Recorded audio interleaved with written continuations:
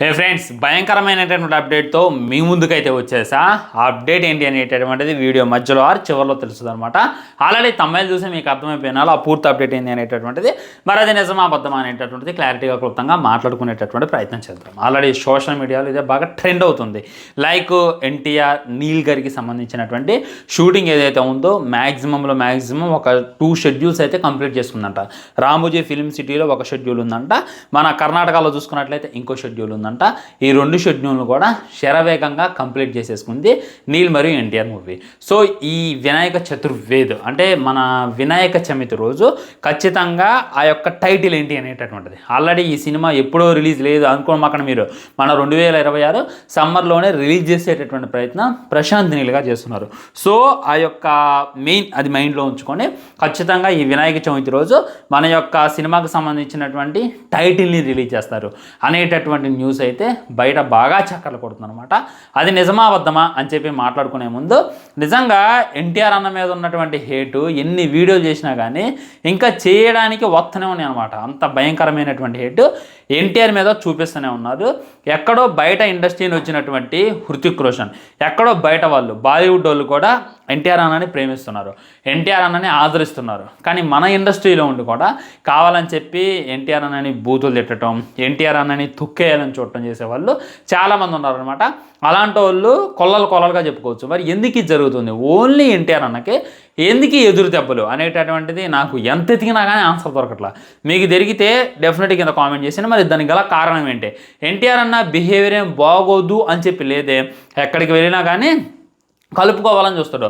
అటు బాలకృష్ణ గారిని కలుపుకోవాలని చూస్తాడు, చంద్రబాబు నాయుడు గారిని కలుపుకోవాలని చూస్తాడు, లోకేష్ గారిని కలుపుకోవాలని చూస్తాడు, ఆ ఫ్యామిలీతో మింగిల్ అవ్వాలి అని చెప్పి ఎప్పుడూ తహతహలాడుతూ ఉంటాడు ఎన్టీఆర్ అన్న. ఏ రోజు కూడా బయటకు వచ్చి ఈ విధంగా అంటే లైక్ ఆ రోజు చంద్రబాబు నాయుడు గారు ఏడ్చారనుకుంటా, ఆ టైంలో ఏ హీరో రియాక్ట్ కాల. మన బాలకృష్ణ గారు సైతం రియాక్ట్ అవ్వలేదు. సొంత బావ ఏడ్చినా కానీ బాలకృష్ణ గారు మీడియా ముందుకు వచ్చి ఏం మాట్లాడలేదు. కానీ ఎన్టీఆర్ అన్న ఒక వీడియో చేస్తూ మీరు రాజకీయంలో ఫ్యామిలీని లాగమాకండి అని చెప్పి డైరెక్ట్గా ఒక వీడియో చేసి వదిలిండు. సో ఆ పార్టీకైనా లైక్ తన తాత స్థాపించినటువంటి ఆ పార్టీకైనా ఆ ఫ్యామిలీకైనా ఎప్పుడైనా సరే విధేయుడై ఉండటం, కలిసిపోవాలని చూడటంలో ఖచ్చితంగా ఎన్టీఆర్ అన్న అయితే 100% ముందుంటాడు. కానీ ఎన్టీఆర్ అన్నని ఎందుకు అలా ఇది చేయాలనేటటువంటిది నాకైతే అర్థం కావట్లేదు. ఎందుకు ఇలా మాట్లాడుతున్నా అంటే మొన్న నానా రోహిత్ ఆల్రెడీ ఒక ఇంటర్వ్యూ జరిగింది, దాని గురించి వీడియో చేద్దాం అనుకోలే కానీ సో చాలామంది కవర్ వేస్తున్నారు. నారా రోహిత్ మాట్లాడినటువంటి థీమ్ వేరు, బయట ఎక్స్పోజ్ అవుతుంది వేరు అని చెప్పి అంటున్నారు.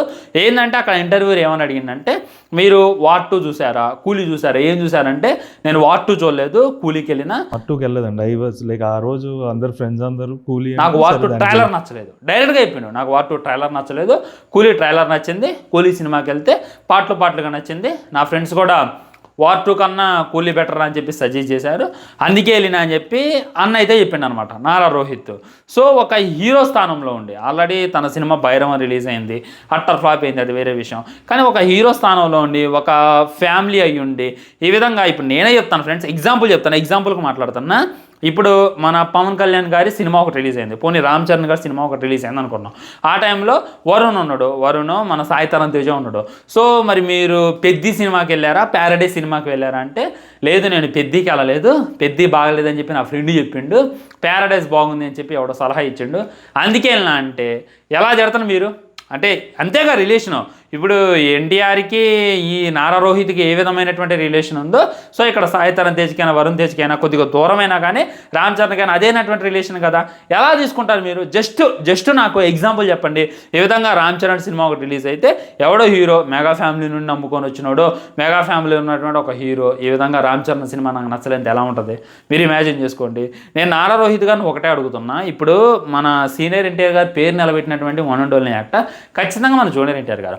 అలాంటి ఆయన సినిమా మన రిలీజ్ అవుతుందంటే మీరు రివ్యూ చూడాల్సిన అవసరంలా, మీరు ట్రైలర్ చూడాల్సిన అవసరంలా, మీరు ఒకరిని అడగాల్సిన అవసరంలా, డైరెక్ట్గా వెళ్ళిపోయి ఈ విధంగా సినిమా ఎలా ఉన్నా బాగున్నా బాగోపోయినా బాగుంది అనేటటువంటి రివ్యూ మీరు ఇవ్వాలి.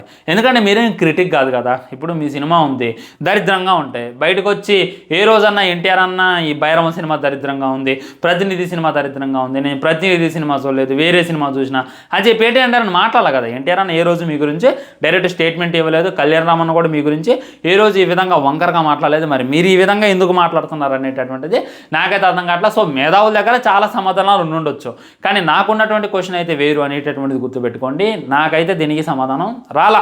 అది ఇక ఉన్నటువంటి ఒపీనియన్, హానెస్ట్గా మాట్లాడాలంటే. సో ఇక్కడ ఎన్టీఆర్ అన్నని తొక్కేయాలని చూస్తున్నారు, ఎన్టీఆర్ అన్నని నెట్టేయాలని చూస్తున్నారు.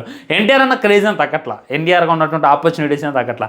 ఆల్రెడీ ది గ్రేట్ రాజమౌళి గారితో ఇప్పటిదాకా 3 సినిమాలు తీసిండు. 3 సినిమాలు తీసింది ఫస్ట్ ప్రభాస్, ఆ తర్వాత మన ఎన్టీఆర్ అన్నే కదా. ఎన్టీఆర్ అన్న అప్పుడెప్పుడో ఫస్ట్ సినిమా, ఆ తర్వాత Yamadonga cinema, RRR movie, the great Rajamouli గారితో. మీరు నారా రోహిత్ గారు మన రాజమౌళి గారి సినిమాలో మీరు తీయాల్సిన అవసరం అలా, జస్ట్ కామియో చేయండి చాలు. కామియో చేయండి. కామియో అంటే కనీసం ఆ సినిమాకి ప్రొడ్యూసింగ్ చేయండి. కనీసం ఆ సినిమాలో ఒక కమిడియన్ పాత్ర నేను వేస్తా అని చెప్పి రాజమౌళి గారిని ఒప్పించుకోండి. రోహిత్ గారు ఈ విధంగా మీరు స్టేట్మెంట్ ఇస్తున్నారు కదా. సో ఈ విధంగా ఎన్టీఆర్ని ట్రోల్ చేసే ఎవరైనా సరే ఆయనతో వర్క్ చేయడం కాదు కదా, ఆయనతో నటించడం కూడా జరగనటువంటి పని అని చెప్పి గుర్తుపెట్టుకోవాలన్నమాట. ఆయన క్రేజ్ అని తగ్గట్లా. ఆ తర్వాత దేవరా సినిమా తీసిండు, విజయం సాధించిండు. వార్ 2 సినిమా తీసిండు. సినిమా ఇప్పటిదాకా అటు ఇటుగా 350 కోట్లు వసూలు చేసిందంట. 400 కోట్లు అంట పెట్టింది. నెట్ కలెక్షన్ చూసుకున్నట్లయితే 280 కోట్ల దగ్గరలో ఉందంట.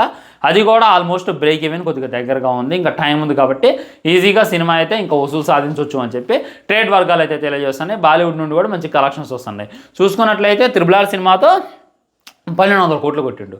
దేవరా మూవీతో 350 కోట్ల దాకా కొట్టిండు. ఈ వార్ 2 సినిమాతో చూసుకున్నట్లయితే ఇది కూడా మంచి కలెక్షన్స్ అయితే సాధించింది. సో ఇక్కడతో అయిపోవాలి తన యుద్ధం. ఇప్పుడు చూసుకున్నట్లయితే నీల్ మరియు ఎన్టీఆర్, ప్రశాంత్ నీల్ గారు సినిమా ఎలా తీస్తారు అనేటటువంటిది మనందరికీ తెలుసు.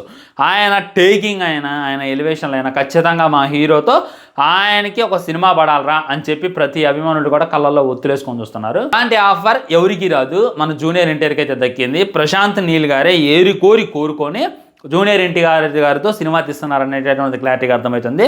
రామోజీ ఫిలిం సిటీలో ఒక షెడ్యూల్ కంప్లీట్ చేశారు, కర్ణాటకలో ఒక షెడ్యూల్ కంప్లీట్ చేశారు. ఖచ్చితంగా 27వ తారీఖు కన్నా 28వ తారీఖు కన్నా సినిమాకి సంబంధించినటువంటి టైటిల్ ఏంటి అనేటటువంటిది చెప్తారంట. ఎందుకంటే ప్రశాంత్ నీల్ గారు టైటిల్ ఎక్కువ రోజులు దాపెట్టరు, ఖచ్చితంగా ఏంటి అనేటటువంటిది రివీల్ చేస్తారు. ఎందుకంటే వేరే టైటిల్ ఎక్స్పోజ్ అయితే, ఉదాహరణకి KGF అనేటటువంటి టైటిల్ సినిమా షూటింగ్ స్టార్ట్ కావతలకే చెప్పారు.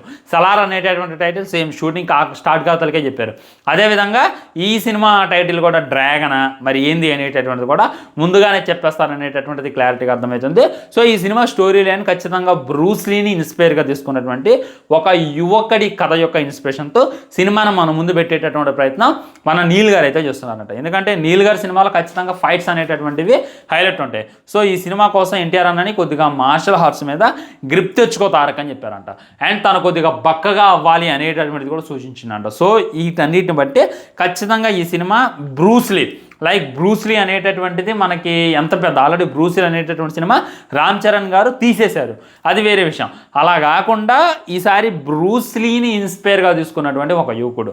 సో తన లైఫ్లో జరిగినటువంటి స్ట్రాటజీస్ ఏంటి, అండ్ ఆ తర్వాత ఒక కొత్త యూనివర్స్ని క్రియేట్ చేశారు. ఇప్పుడు కేజీఎఫ్ అనేటటువంటి యూనివర్స్ ఎలా క్రియేట్ చేశారు, అదేవిధంగా ఈ సినిమాలో కూడా ఒక కొత్త ప్రపంచాన్ని క్రియేట్ చేయబోతున్నారు. కాన్సర్ లాగా ఇంకో ప్రపంచం ఉండబోతుంది అనేటటువంటిది క్లారిటీగా అర్థమవుతుంది. సినిమాని అయితే నెక్స్ట్ లెవెల్ దింపుదామని చెప్పి నీల్ గారు అయితే పకడ్బందీగా ప్లాన్ చేసిందంట. ఖచ్చితంగా ఈ సినిమా వేరే లెవెల్కి వెళ్ళిపోద్ది. ఈ వార్ 2ని, ఈ దేవరాన్ని, వీటన్నిటిని మర్చిపోయేలా ఈ సినిమా ఉంటుంది అనేటటువంటి కూడా చెప్తున్నారు. జస్ట్ టైటిల్ అనౌన్స్మెంట్ అప్పుడే మీకు పిచ్చల ప్యాక్ అయితే అనేటటువంటి న్యూస్ కూడా బయటకు వస్తాం ఫ్రెండ్స్. నేనైతే బాగా వెయిట్ చేస్తున్నా. మరి చాలా వరకు షూటింగ్ కంప్లీట్ చేశారు కాబట్టి ఖచ్చితంగా టైటిల్ ఈ వినాయక చవితిలో ఇవ్వాలి అని చెప్పి నేనైతే మనస్ఫూర్తిగా కోరుకుంటున్నాను. దీని మీద మీ కామెంట్ కూడా తప్పకుండా కింద తెలియజేయండి. ఒక్కసారి టైటిల్ అనౌన్స్మెంట్ అయితే నిజంగా బజ్ అనేటటువంటిది ఆకాశానికి వెళ్ళిపోద్ది అనేటటువంటిది 100% వస్తాం. అది ఫ్రెండ్స్ ఉంటా. మరి ఛానల్ని సబ్స్క్రైబ్ చేసుకోండి, వీడియో లైక్ చేయండి, వీరంతా షేర్ చేయండి. మనే మాత్రం జై హింద్.